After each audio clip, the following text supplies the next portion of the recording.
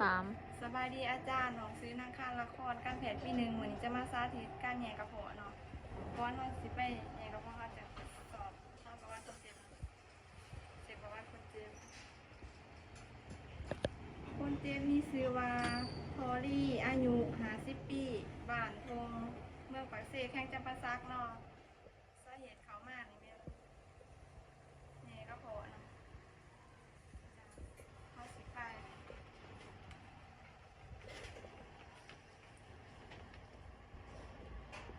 สวัสดีพอซื้อที่อายุ50 ปีแม่นบออยู่บ้านทุ่งเมืองปากเซ่แข่งจำปาซักแม่นบอเริ่มจากนั้นหลังนี่เนาะ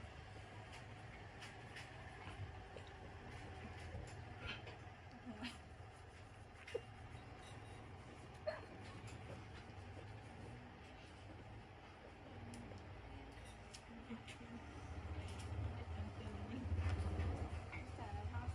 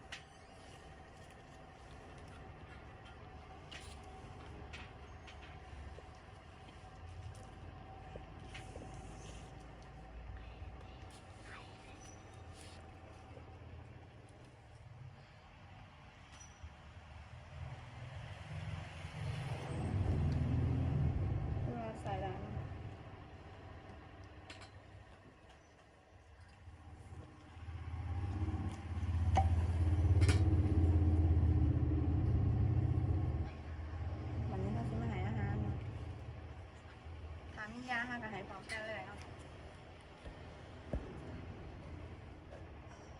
ขอใส่เราสีไล่ลงเอง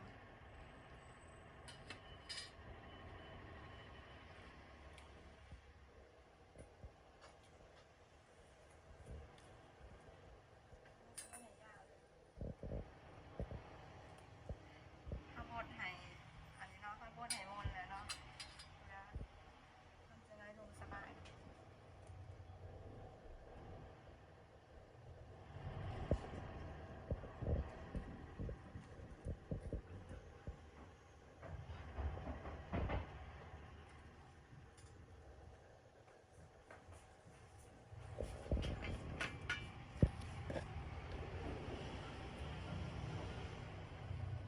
จังซิมหายซิฟาซิซ่า